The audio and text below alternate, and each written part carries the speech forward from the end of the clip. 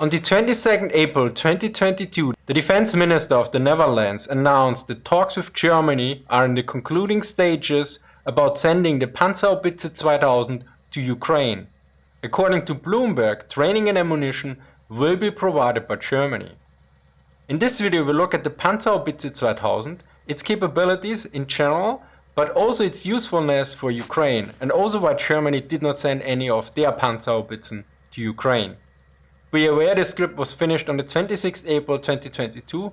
Likely there have been some updates on the news situation, but the parts about the capability should be still valid. Two important points.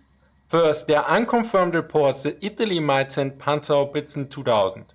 So likely there might be discussions, but nothing has been decided yet.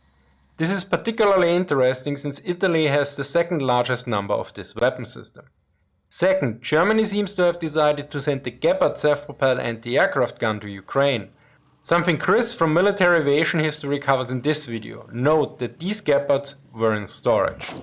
First off, let us look at the information we have about the Dutch Panzerhaubitze 2000. According to Dutch news articles, the Dutch forces have a total of 54 Panzerhaubitzen, although another source states a total of 56. The original number bought was 57, according to several sources.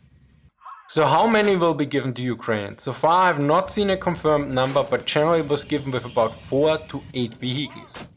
This of course raises the question, why so few? The answer is simple, because there are not more available. According to a press briefing by German General Rohrschneider from 22nd April 2022. So far, no country has provided weapon systems that were used by the respective armed forces. The reasons for this are simple. It would reduce the operational readiness of these armed forces.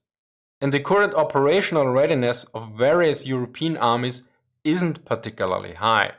This is supported by another source that notes that the Dutch forces have 18 Panzerhaubitze in active service and 38 in storage.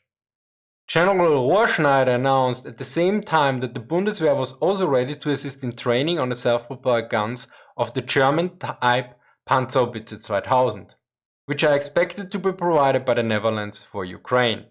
The training would then take place at the Bundeswehr Artillery School in Idar-Oberstein, simply because the Netherlands no longer has training capacity for these artillery weapons and also trains its own soldiers there on howitzers. This directly leads to the next question: why did the Germans did not send any Panzerhaubitzen 2000?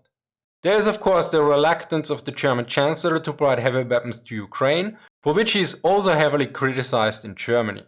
Yet in this particular case, it seems that the necessities of the armed forces are actually a primary concern.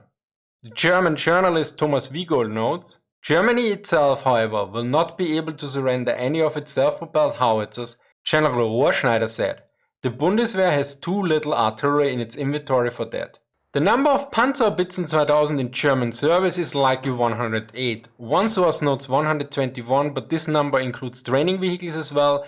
Likely also included in this number are the 2 Panzerhaubitzen of the MH in Dresden and 1 at the Panzermuseum Munster.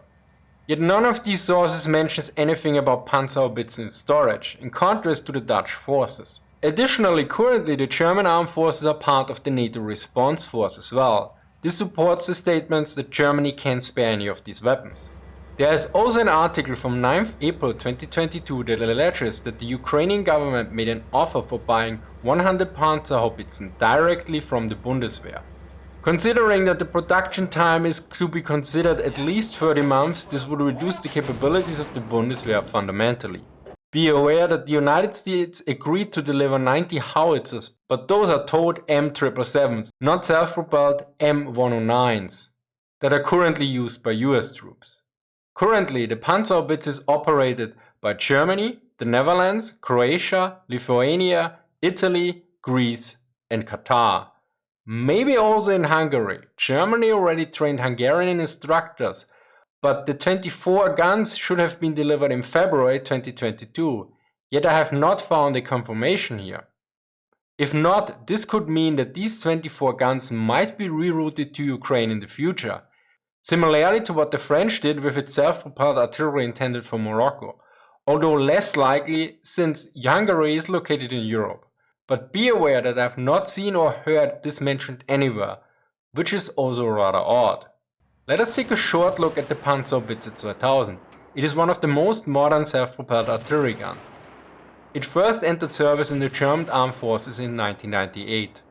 In terms of basic capabilities, it is an impressive system. It is equipped with a 155mm L-52 howitzer and carries 60 rounds of ammunition.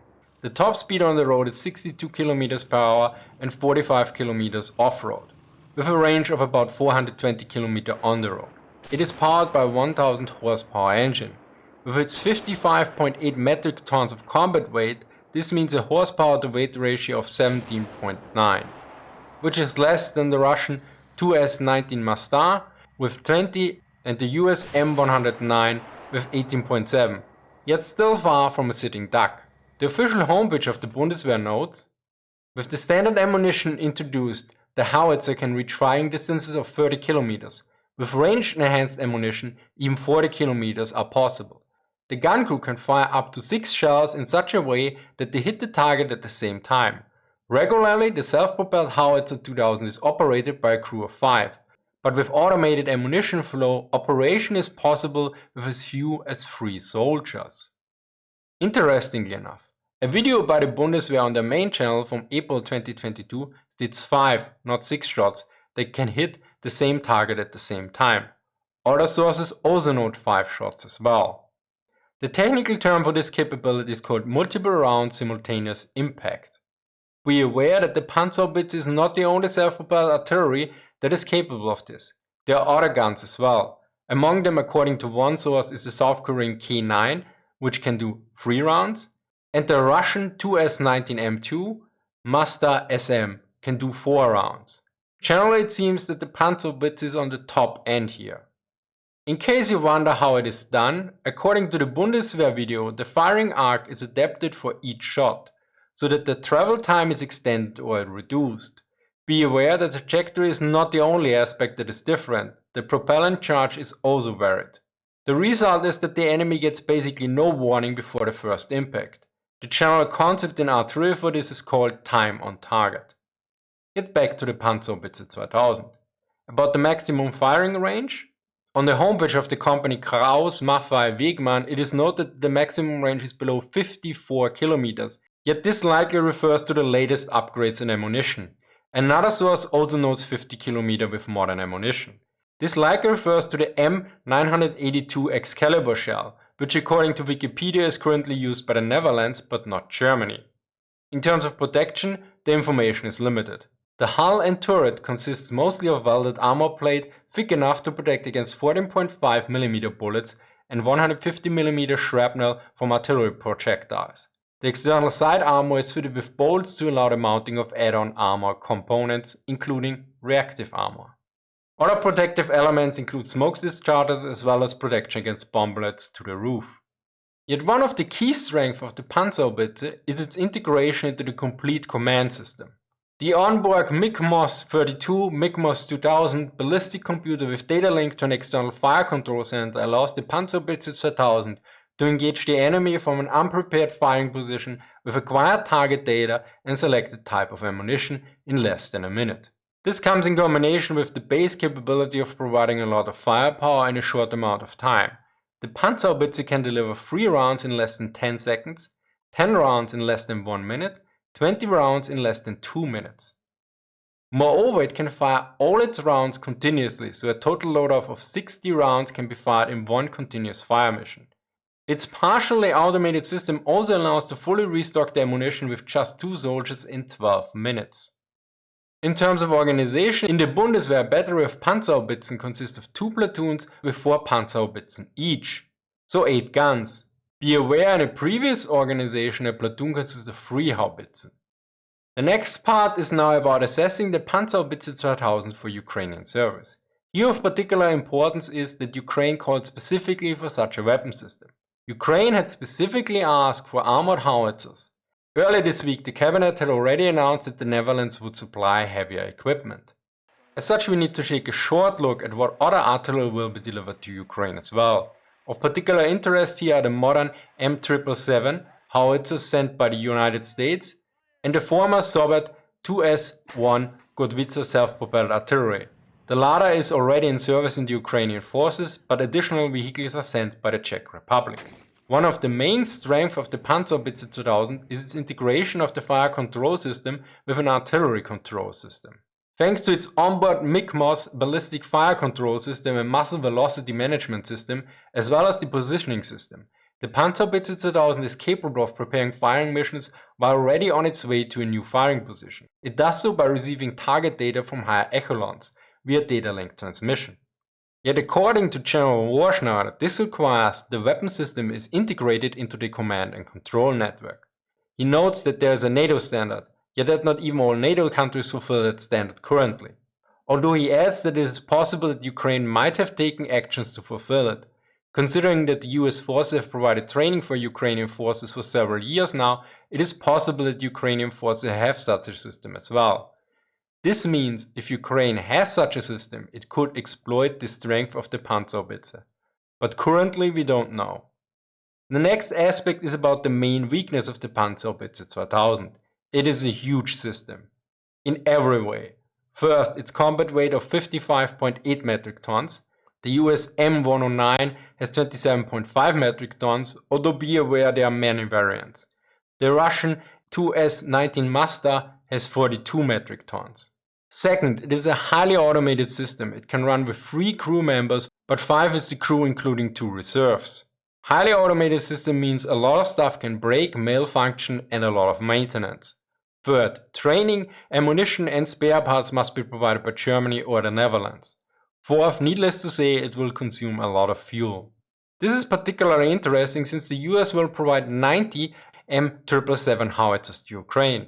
This howitzer, unlike the Panzerhaubitze, is not self-propelled, but is also extremely lightweight due to the use of titanium. Its weight is a mere 4.2 metric tons. Of course, this is without ammunition and without a towing vehicle. Still, it will be far less resource intensive than a Panzerhaubitze. Also, one main problem with self-propelled guns is, like the Germans already experienced during the Second World War, if there's a major issue with the chassis, the whole system can't be used in combat, since it's down for maintenance.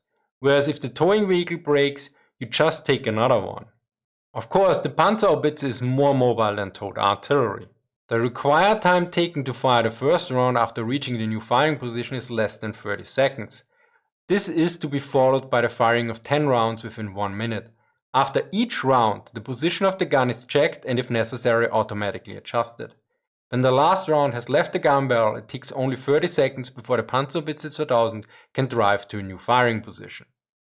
Yet due to its low weight, the M777 has, according to one source, an emplacement time of about 2 to 3 minutes and a displacement time of about 1 to 2 minutes with 5 crewmen.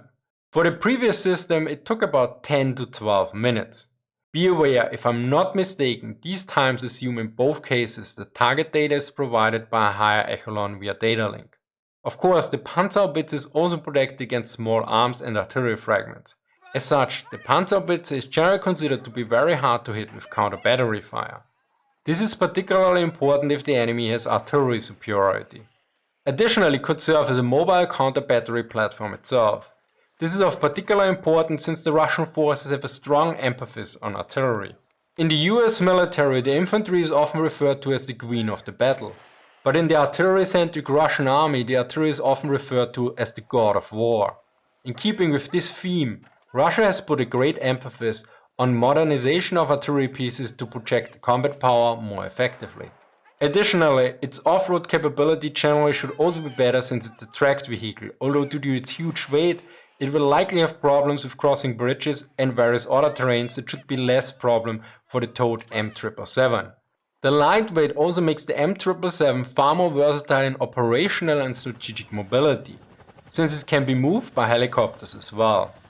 Another point is of course training. Here former Warsaw Pact equipment that is also operated by the Ukrainian armed forces is generally preferable, since it can be put to action almost immediately. General Rohrschneider particularly notes that there's a difference between immediate support and delayed support.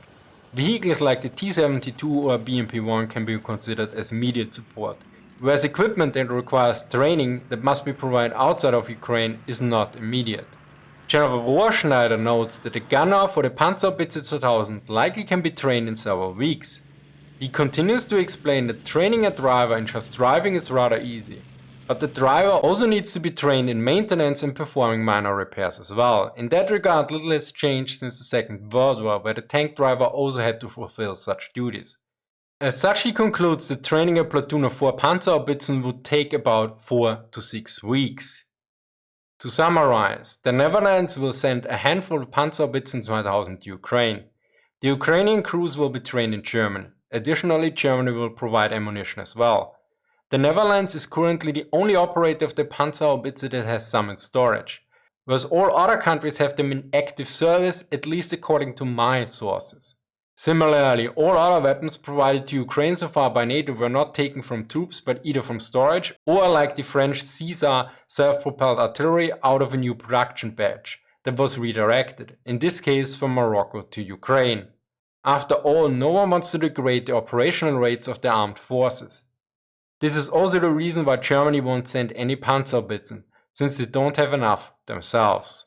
In terms of effectiveness, if the Ukrainians can integrate the Panzerhaubitzen completely into their command infrastructure and thus fully exploit the capabilities of this weapon system, it will be a devastating weapon, as it allows for devastating artillery strikes on high-value targets, for instance enemy assembly areas, command posts or artillery positions.